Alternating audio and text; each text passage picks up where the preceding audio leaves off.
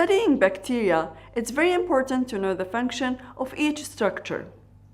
We've already covered the cell envelope, and we moved to inside the cell and studied some of the structures found in the cytoplasm. Now, let's move on to study some structures that come beyond the cell envelope. These external structures can function in protection, attachment to surfaces, gene transfer, and cell movement. Some of these structures found beyond the cell envelope are pili, fimbriae, and flagella.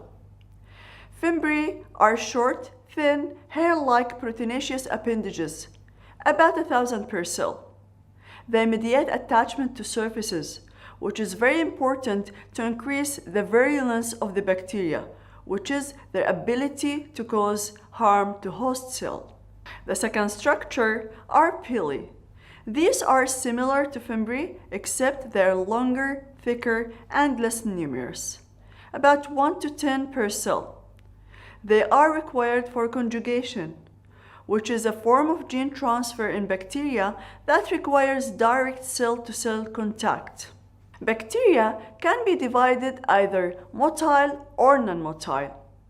As a rule of thumb, all sphere-like bacteria are non-motile.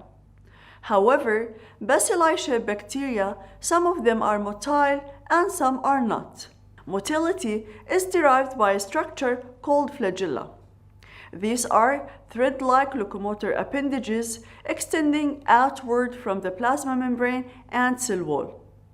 Flagella is very important to increase the pathogenicity of the bacteria, which is the ability of bacteria to cause disease.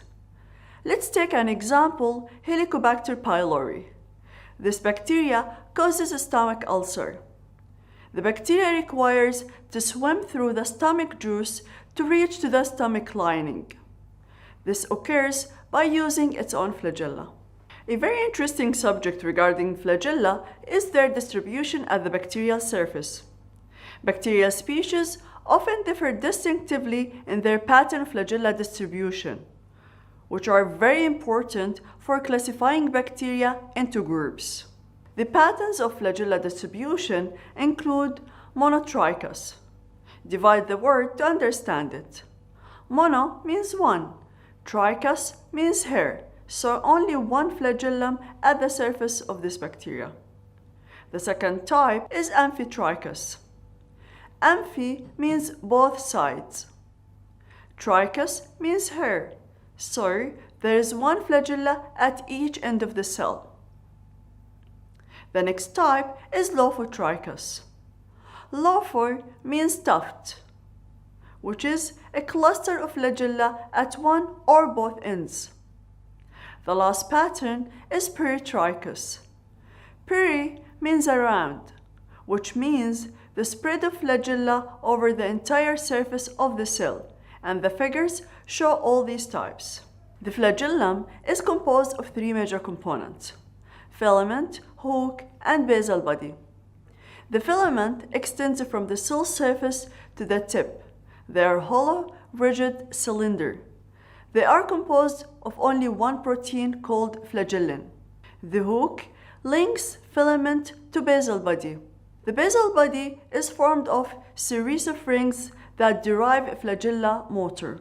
It's important to notice that filament and hook are the same in gram-negative and gram-positive bacteria. However, the basal body, which resides inside the cell wall, differ.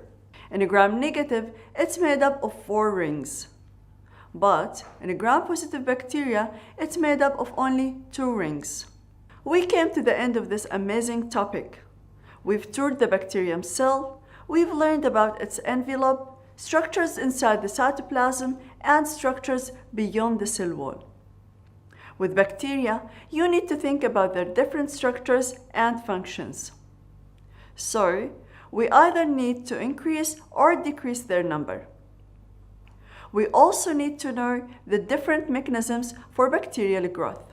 Bacteria that have industrial importance should be grown in large quantities.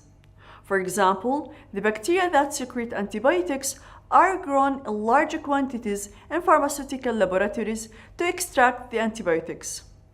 However, in case of pathogenic bacteria that cause disease, their growth should be controlled to reduce their number. Now you enjoyed the touring of bacterial cell. Join me in the next module to study viruses.